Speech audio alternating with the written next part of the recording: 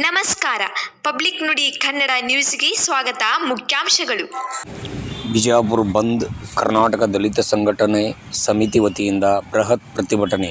ಸಂಸತ್ ಸದನದಲ್ಲಿ ಕೇಂದ್ರ ಗೃಹ ಮಂತ್ರಿಯಾದ ಅಮಿತ್ ಶಾ ಅವರ ಹೇಳಿಕೆ ಖಂಡಿಸಿ ದಿನಾಂಕ 30/12/24ರಂದು ಗಡೀಪಾರು ಮಾಡಲು ಆಗ್ರಹಿಸಿ ಬಿಜಾಪುರ ಮುಖ್ಯ ರಸ್ತೆಯಲ್ಲಿ ಅಂಬೇಡ್ಕರ್ ಭಾವಚಿತ್ರ ಹಿಡಿದು ಹೆಚ್ಚಿನ ಸಂಖ್ಯೆಯಲ್ಲಿ ಅನೇಕ ಸಂಘಟನೆಯ ಮುಖಂಡರು, ಯುವಕರು ಹಾಗೂ ಪದಾಧಿಕಾರಿಗಳು ಭಾಗಿಯಾಗಿದ್ದರು.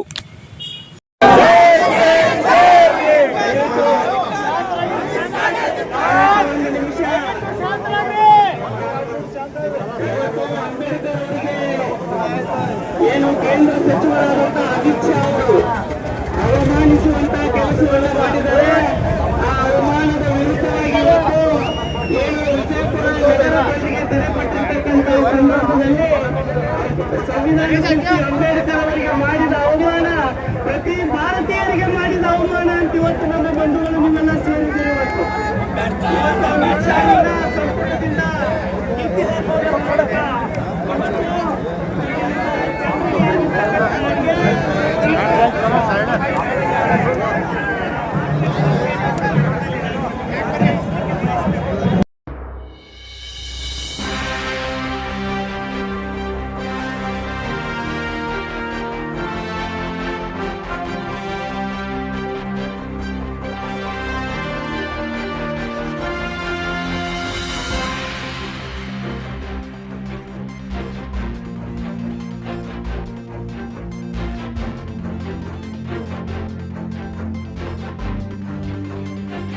ಧಿಕ್ಕಾರ